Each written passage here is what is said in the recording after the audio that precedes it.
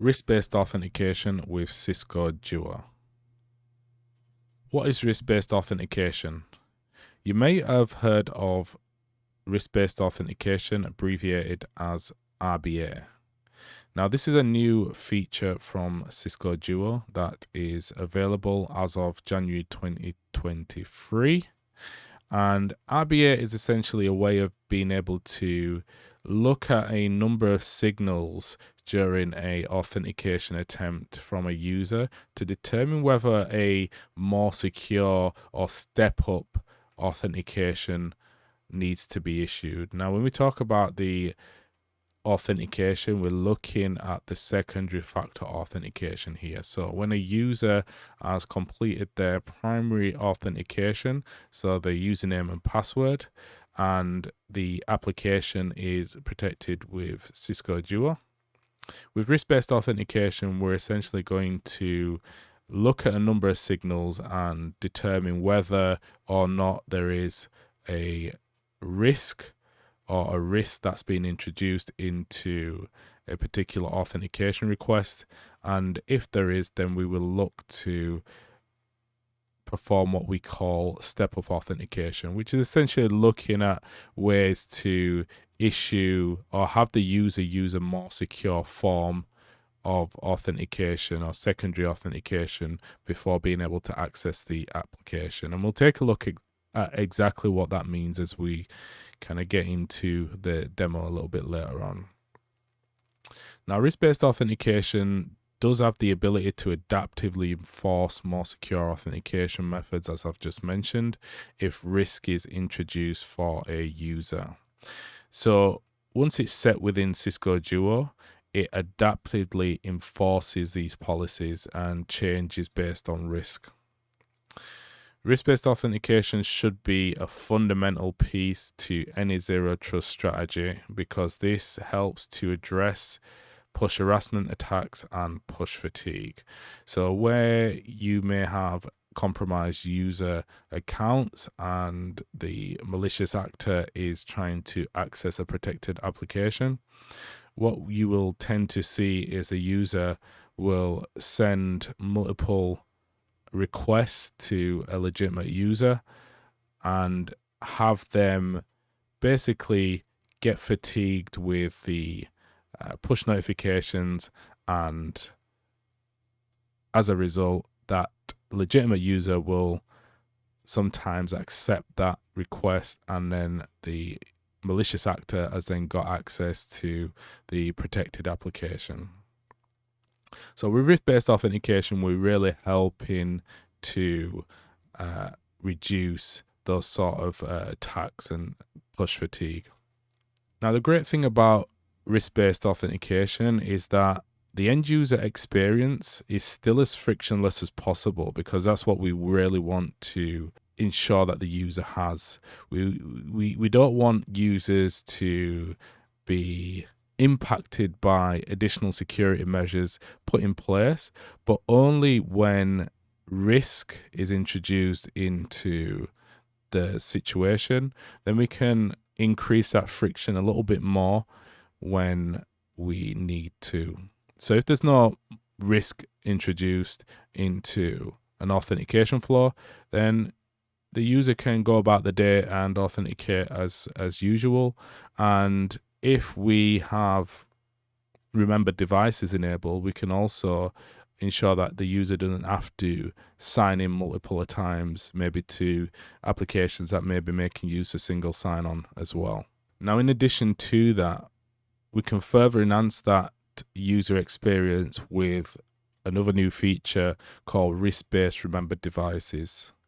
And risk-based remembered devices is a way of allowing users to go about the business and not worry about the security for web-based applications and having access to the different protected applications without the need to sign in to each application they're accessing. So as an example that I gave earlier, if you've got single sign-on applications protected with Duo and we've got remembered devices set, Maybe you sign in using single sign-on once, and then you can access the other applications. Let's say if you're using something like Duo Central, you won't be required to sign in to each and every one of those applications. So it really helps to ensure that the process is as seamless as possible and as frictionless as possible for the end user as well. However, with risk-based remembered devices, we can still allow that frictionless access to the applications that are protected with Duo. But again, if we see risk or the risk patterns change and risk is introduced into a particular authentication flow, we can then adaptively modify access to further applications by then requiring the user to complete a more secure form of authentication. And again, we can take a look at this in a little bit more detail later on. I would also like to point out that we do have a very good presentation from a colleague here at Cisco on the Cisco YouTube page around risk-based authentication and continuous trusted access. I will include the link in this presentation and in the video description of this video, so it is worth checking that out if you want to see a little bit more about the signals that Duo looks at as well. So let's quickly take a look under the hood of risk-based authentication, or RBA. So as I pointed out, Duo has a number of signals to determine when something has changed and risk is potentially introduced. One of the key signals that was highlighted at Cisco Live in Amsterdam just recently was Wi-Fi fingerprinting. Now, Duo does look at other signals, but we'll focus on Wi-Fi fingerprinting for our example because that's the one that I saw most customers and partners alike interested in and wanted to know a little bit more about. Now, it's important to clarify right away that Duo's patented Wi-Fi fingerprinting technology is totally anonymous and does not collect any information about the user or location. It works by building up a profile, if you like, of broadcast SSIDs or BSSIDs as they're known, of the Wi-Fi footprint around a user, and each BSSID is hashed. So Duo doesn't know the Wi-Fi SSIDs, nor do they have the ability to perform location tracking. And this is not the aim, by the way. However, it does allow Duo to determine, based on the hashes of the BSSIDs around a particular user, whether the Wi-Fi footprint has changed, potentially indicating that a user has changed location. Then based on that information and assuming that the Wi-Fi footprint is now different, we can adaptively enforce stricter authentication using risk-based authentication. So this is just one example of one of the signals that we look at. Now, Duo determines a number of attack patterns as being high risk. And I've included these in this video here. You can also see these on the Duo documentation. Again, I will include a link at the end of this presentation and in the video description. But if we just quickly look at some of these, you can see that we have request generation. And this is when a user's maybe indicated that they weren't responsible for logging in. So for request generation, if we look at an example like, say for instance, a user is compromised, so the username and password is known to a malicious actor, and the malicious actor is trying to access resources that are protected with Duo's two-factor authentication. Now, for that user to be able to, or for that malicious actor to be able to access those protected resources, they need to, in this example, complete two-factor authentication by way of push notification. Now, the malicious actor is more than likely not going to have access to our legitimate user's mobile device, let's say. So what they're going to do is send multiple notifications in respect to push harassment in a hope that, you know, the user will get push fatigue and accept the notification so that the malicious actor can go about their day and breach whatever they're trying to access. Now, with request generation, when a push notification comes through to a mobile device, we can say, no, it's not us logging in, by either pressing the red X button on the Duo mobile application. And additionally, when multiple requests come through, we can actually flag that to say that we're not responsible for these requests that are coming through. And then that's going to flag to Duo, as we will see in a demo that we're going to do a little bit later on. And that will actually satisfy this attack pattern. Now, with the next one, anomalous and suspicious activity. These are unusual authentication attributes. So this can be geolocation based, or it can also be based on, multiple failed attempts to authenticate. We then have the next one, which is push spray or push spray attacks.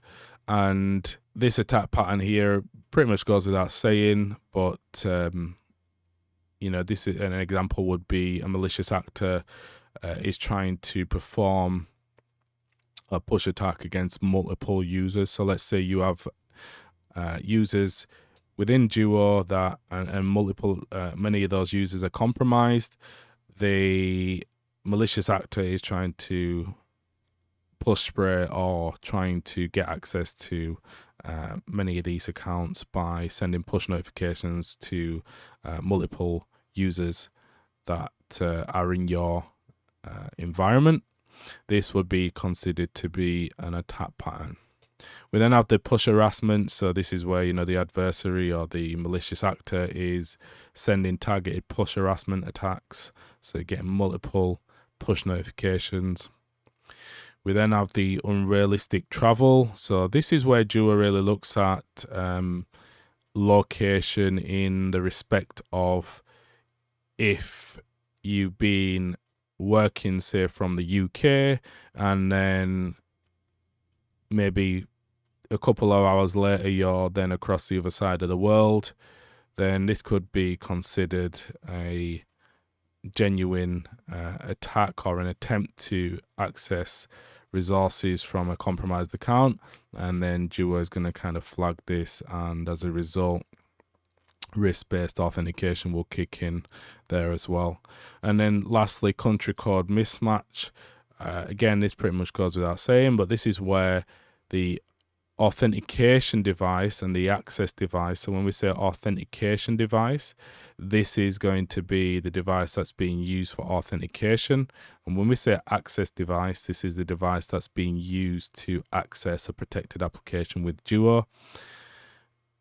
When we look at country code mismatch, this is basically taking the two of those and looking at whether both of those devices appear to be in different countries. So this could be more than likely a attack or an attempt to gain access unlawfully to protected resources. And again, Duo would flag that as being an attack pattern or something that is not usually seen, and so therefore it's an anomaly. So what we're going to do now is we're going to jump into a demo of risk-based authentication, and in our scenario we're basically going to take a look at a Office 365 environment that's protected with Duo, and we're going to simulate an attack by assuming that a malicious actor has got access to, or as who knows a user's username and password, and therefore is trying to gain access to the Office 365 environment. So here on your screen you can see we have an incognito window, and this is going to be used by our fictitious malicious actor who's going to try and access our Microsoft 365 environment as well. And on the right here we have the Duo admin panel, and this is where we're going to set up our risk-based authentication as well. But before we do that, what we'll do is we'll just take a look at our application. So we've got the Microsoft 365 one here, and we have an application policy applied to it as well. I'll just move that across there. So within our policy, what we can see here is if we go down to our remembered devices, I'm just going to remove that because this is what we're going to take a look at as well. And I'm going to remove this one so that they don't apply. So essentially what we've got is a normal application policy, I would say, without risk-based authentication configured in this example. So we can test this by going to office.com and we'll just sign in now with our user.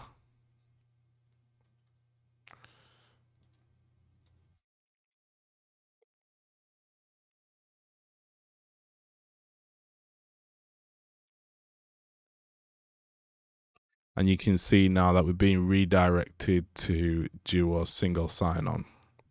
So if I continue to enter my password and sign in now,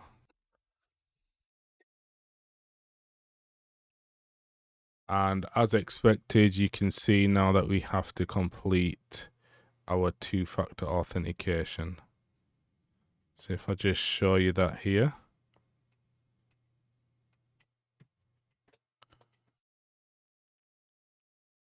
you can see there now I've got the two-factor authentication request. So I'm just going to approve this. There you go. And as you can see now, I can log in.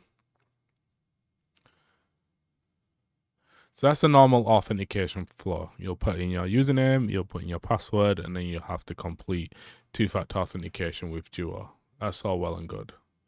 So now let's just quickly sign out of this Office 365 environment. And then what I'm going to do is I'm just going to sign back in one last time. And as you can see here, I now need to, let's just go back to this. I now need to enter my password again. And I now need to complete two-factor authentication again. So this kind of introduces that push fatigue for some users because depending on the number of applications they're accessing that are protected with Duo in this case, can introduce push fatigue. So they just start to really not take notice of what they're accepting when push notifications come through, and they just start to accept anything just because they're used to doing that. And this introduces that risk, especially for compromised credentials.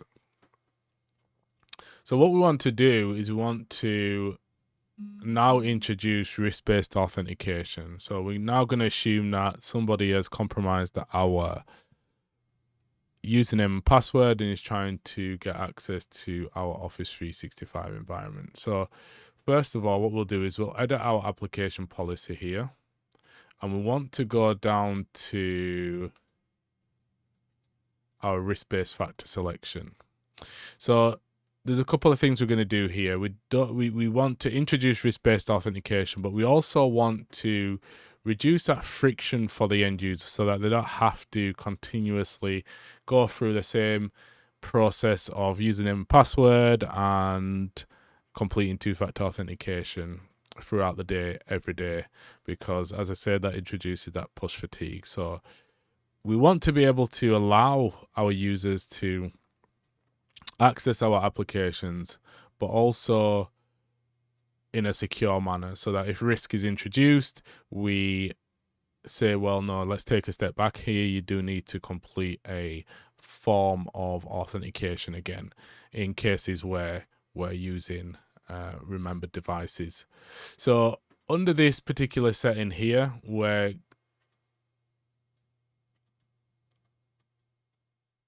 going to simply enable our risk-based factor selection. So this is the little radio button that we check here. So limit available authentication methods based on risk. So what it's going to do is it's effectively saying that if we see risk introduced, it's going to now perform a higher or a more secure authentication if risk is detected or a higher risk is detected. So what we can see here, we've got passcodes and tokens, we've got roaming and platform authenticators such as YubiKeys and things like that, and then we've got verified push, which is another form of step-up authentication. And these are what Duo considers as more secure forms of authentication as opposed to just push notifications. So if we see risk, the more secure forms of authentication are now going to be introduced when trying to access protected applications.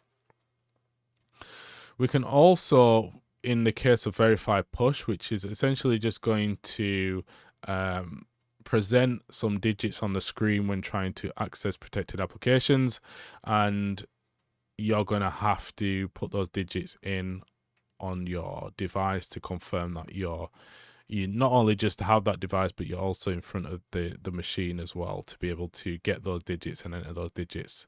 So with verified push, we have the ability to specify a default of 6 all the way down to 3 in terms of the code length that a user will have to enter. So we'll leave that as 6. Now, before we save this, as I said, we want to reduce that friction for the user by using remembered devices. So this is going to be applicable for browser-based applications, as it says here. Now, you do have a few options here as usual, so you can allow users to remember the devices for a set amount of time in hours or days.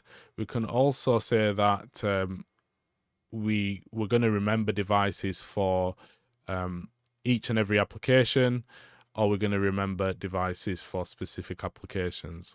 And that's all well and good, but now again, what if risk is introduced? We want to be able to allow that frictionless access, but when risk is introduced, we want to maybe just increase that friction a little bit for that end user, and it's all about protecting that end user and access to the protected resources as well. So in this case, we're now going to enable remember devices using risk-based authentication, and we can see again we have the option to remember devices when using RBA for a set amount of days or hours. We'll just leave this as 30 days as default, and what we'll do is will essentially apply that now. So as it says here, if a user's security profile changes within the selected length, which is what we specified here, then two-factor authentication will be required again. And because we're using risk-based authentication as well, we're going to be presented with that step-up authentication as well. So we'll go ahead and we'll save that policy now. I'll just scroll to the bottom here and we'll save this application. And now what we're going to do is we're just going to, again, as we usually do, we're going to try and access this application as our legitimate user.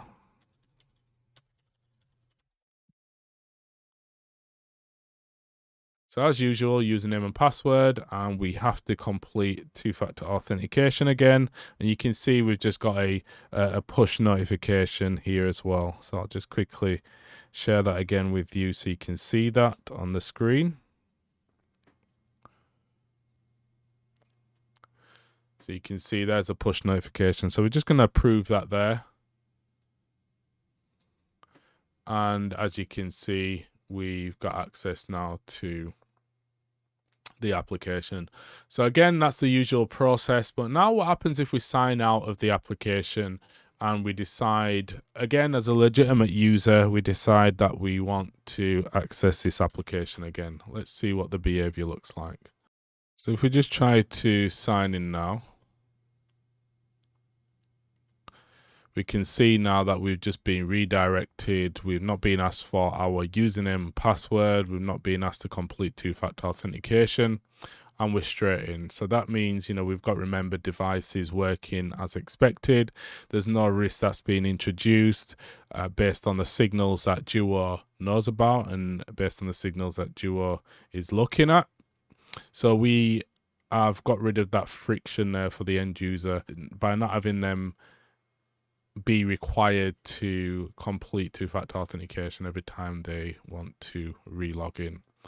So that's great. Now, again, like I say, what happens if the account credentials are compromised and a malicious actor is trying to now access the same resources as well? Well, let's see what this behavior would look like. So we'll go over to our incognito window, and again, we'll go to Office, because our malicious actor is trying to use my credentials now to access the Office 365 environment. So I'll just put in my credentials as the malicious actor, because he knows my username and password, and again, redirected to Duo. So the malicious actor will put in my compromised credentials and try to log in. But the user is not going to have my phone in this case, so he cannot approve this two-factor authentication request that's come through. Now, this user, let's say, is going to potentially try to send me multiple push requests and have me hopefully get push fatigue and accept this. But in this case, what we're going to do is we're going to say, well, let's deny that because it's not us logging in. Maybe it's just a request that's come through a little bit late. So we'll say, well, no, it's not suspicious because it's just the first one we received. So we'll say no. And then we can see from this request now, from the attacker's side, we can see that the login's being denied in the mobile app. And let's now say that the attacker wants to try again. So he's going to try and send me loads of push notifications again.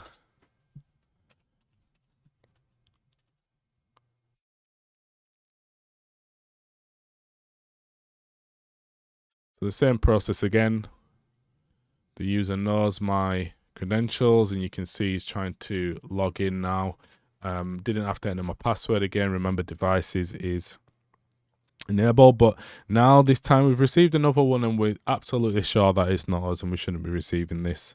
So we'll say deny, and we'll say, you know what, this time it is suspicious because I'm receiving multiple notifications and I know it's not me trying to sign in, so I'm going to say yes.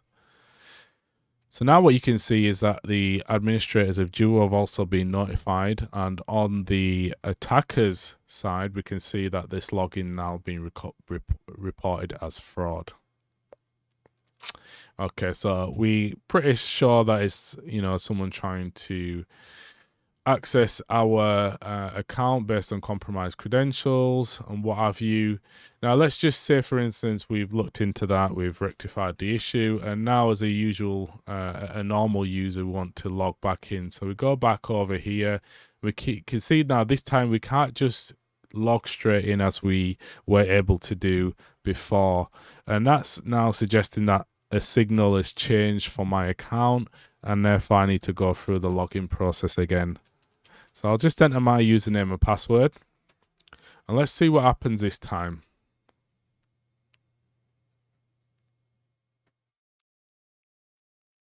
So as you can see on the screen now, we're not just able to kind of accept the push notification and log in. We now have to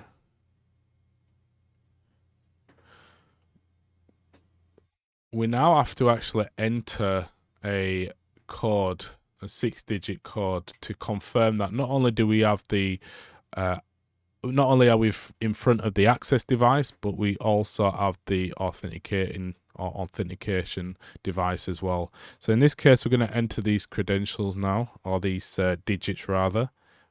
6 2, and there you can go through now. So once we've kind of done that, we've confirmed that it's us, and now we can sign back in.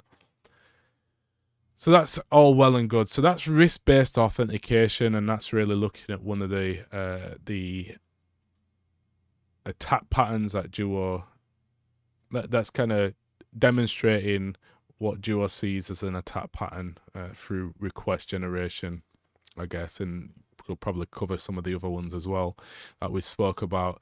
But now let's just go back to our Duo admin panel and go across to reports now. So if we look at the bottom log here, we can see that the request has been granted. We can see that authentication trusted by risk-based authentication, remember devices. So that's good. So we've not had to kind of go through the whole process of completing two-factor authentication again for accessing our Microsoft 365 application for this user.